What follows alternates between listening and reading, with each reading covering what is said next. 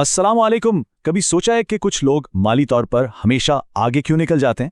आज हम rich dad poor dad किताब से 6 ऐसे जबरदस्त असबाक सीखेंगे जो दौलत के बारे में सोचने का अंदाज हमेशा के लिए बदल सकते हैं। तो सबसे बड़ा सवाल यही है, आखिर ऐसा क्यों होता है कि अमीर लोग मजीद अमीर होते चले जाते हैं, जबकि मुतवस्सित और गरीब तबका सारी जिंदगी पैसे के लिए जिद्दोजहद करता रहता है? चलें, इसके पीछे का राज समझते हैं। किताब के मुसन्निफ रॉबर्ट कियोसाकी की कहानी दो अलग सोच रखने वाले वालिदों के गिर्द घूमती है।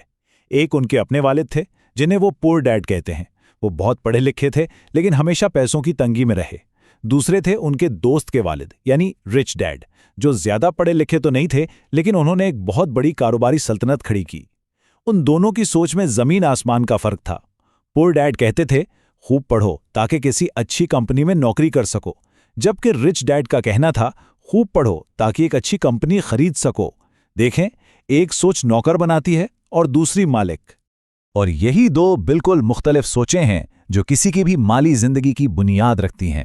चलें, इस सफर को पहले असूल से शुरू करते हैं, जो इन दोनों ज़हनियतों को एक दूसरे से बिल्कुल अलग करता है। तो अमीर लोग अपने बच्चों को पैसे के बारे में आखिर सिखाते क्या हैं? वो कौन सी उसूल हैं जो स्कूलों में नहीं पढ़ाए जाते? आइए उन दो बुनियादी उसूलों को समझते हैं जो दौलत की बुनियाद हैं। पहला और शायद सबसे अहम सबक यह है कि अमीर लोग पैसे के लिए काम नहीं करते, वो पैसे को अपने लिए काम पर लगाते हैं। आमतौर पर सोचा जाता है कि एक अच्छी महफूज तनख्वाह वाली नौकरी होनी चाहिए, लेकिन अमीर जहनियत इससे बिल्कुल मुख्तलिफ है।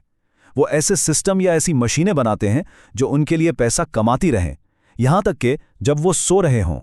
जो लोग सिर्फ तनख्वाह के लिए काम करते हैं, वो अक्सर एक जाल में फंस जाते हैं जिसे किताब में रैट रेस कहा गया है। ये एक ना खत्म होने वाला चक्कर है। नौकरी करो, तनख्वाह लो, बिल अदा करो और पैसा खत्म, और फिर अगले महीने फिर से वही चक्कर। ये एक तरह की माली गुलामी है। तो सवाल यह है कि इस रैट रेस से निकला कैसे जाए? इसका जवाब दूसरे सबक में है, और ये एक ऐसा बुनियादी असूल है जिसे अक्सर लोग समझ ही नहीं पाते, और वो है असासे यानी एसिड और जिम्मेदारी यानी लाइबिलिटी के दरमियान का फर्क। आसासा या एसेट क्या है? बहुत ही सादा तारीफ है। कोई भी ऐसी चीज जो जेब में पैसा डाले, वो एक असासा है। बस पैसा अंदर आ रहा है। और इसके बिल्कुल उलट एक जिम्मेदारी या लाइबिलिटी वो चीज है जो जेब से पैसा निकाले, यानी पैसा बाहर जा रहा है। और सबसे बड़ी गलतफहमी यही होती है।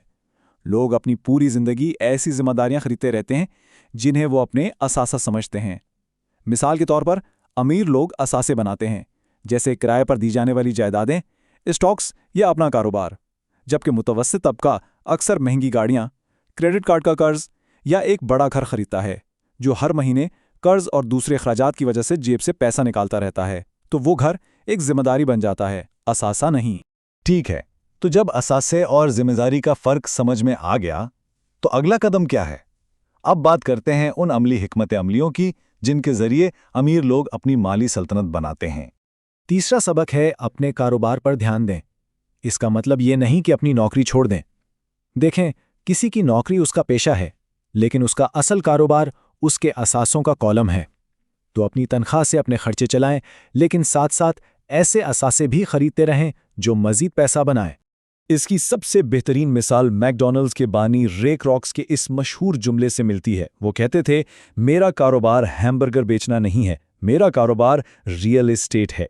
यानी असल कमाई बर्गर बेचने से नहीं, बल्कि उस कीमती जमीन से हो रही थी जिस पर वो सारी दुकानें खड़ी थीं, जो कि एक हकीकी असासा था।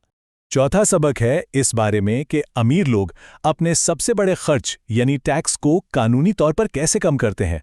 वो कॉरपोरेशंस जैसे ढांचों का इस्तेमाल करते हैं। ये असल में फाइनेंशियल आईक्यू का एक बहुत अहम हिस्सा है। यहां पर फर्क समझना बहुत जरूरी है। एक मुलाजिम पहले पैसा कमाता है, फिर उस पर सीधा सीधा टैक्स देता है, और फिर जो बचता है उसे खर्च करता है। लेकिन एक कॉरपोरेशन का फॉर्मूला बिल्कुल उल्टा है। कॉरपोरेशन पहले कमाती है, फिर अपने तमाम अखराजात करती हैं, और आखिर में जो मुनाफा बचता है उस पर टैक्स देती है। ये एक बहुत बड़ा कानूनी फायदा है जिससे अमीर लोग अपनी दौलत को तेजी से बढ़ाते हैं। असासे खरीदना और टैक्स बचाना ये तो टेक्निकल चीजें, लेकिन असल ताकत, असल असासा तो किसी का अपना दिमाग है। तो आखिरी दो असबाक इसी बारे में है कि किसी का जहन ही उसका सबसे बड़ा असासा कैसे बन सकता है। पांचवां सबक है, अमीर लोग पैसा ईजाद करते हैं। अब इसका क्या मतलब है? इसका मतलब है कि वो अपने दिमाग से, अपनी माली समझबूझ से ऐसे मौके पैदा करते हैं जो आम लोगों को नज़र ही नहीं आते। जहां लोग डर की वजह से पीछे हट जाते हैं, वहीं अमीर जहनियत एक नया हल निकालकर दौलत बना लेती है। इसकी सबसे अच्छी मिसाल तब देखने को मिलती है जब स्टॉक मार्केट गिरती है। आम जहनियत खौफ और घबराहट में आकर अपने असासे बेचना शुरू कर देती है, लेकिन अमीर जहनियत इसे एक ज़बरदस्त मौके के तौर पर देखती है। वो इस वक्त सस्ते दामों असासे खरीद कर एक तरह से पैसा ईजाद करती है। और आखिरी यानी छठा सबक है, सीखने के लिए काम करें, सिर्फ कमाने के लिए नहीं। ख़ास तौर पर अपने कैरियर की शुरुआत में ऐसी नौकरी को तरजीह दें जहां सीखने को बहुत कुछ मिल रहा हो, भले ही वहां तनख्वाह थोड़ी कम क्यों ना हो। सेल्स, मार्केटिंग, लोगों से बातचीत करने का हुनर और मैनेजमेंट जैसी महारतें सीखने पर तवज्जो दें। पैसा तो आता जाता रहता है, लेकिन ये महारतें एक बार आ जाएं तो हमेशा साथ रहती हैं, और यही किसी का सबसे कीमती असासा। तो इन तमाम असबाब का निचोड़ क्या है? बहुत सादा है। अमीर बनना कोई हादसा या किस्मत की बात नहीं है, ये सरासर एक जहनियत का नतीजा है। जो कुछ किसी के बैंक अकाउंट में है, वो दरअसल उसके दिमाग की सोच का ही अक्स है। तो आखिर में सवाल हर किसी के लिए यही है, अपने माली मुस्तकबिल की रहनुमाई किस सोच के हवाले की जाएगी? अमीर वालिद की सोच या गरीब वालिद की सोच? क्योंकि किसी की सोच ही उसकी माली तकदीर लिखती है।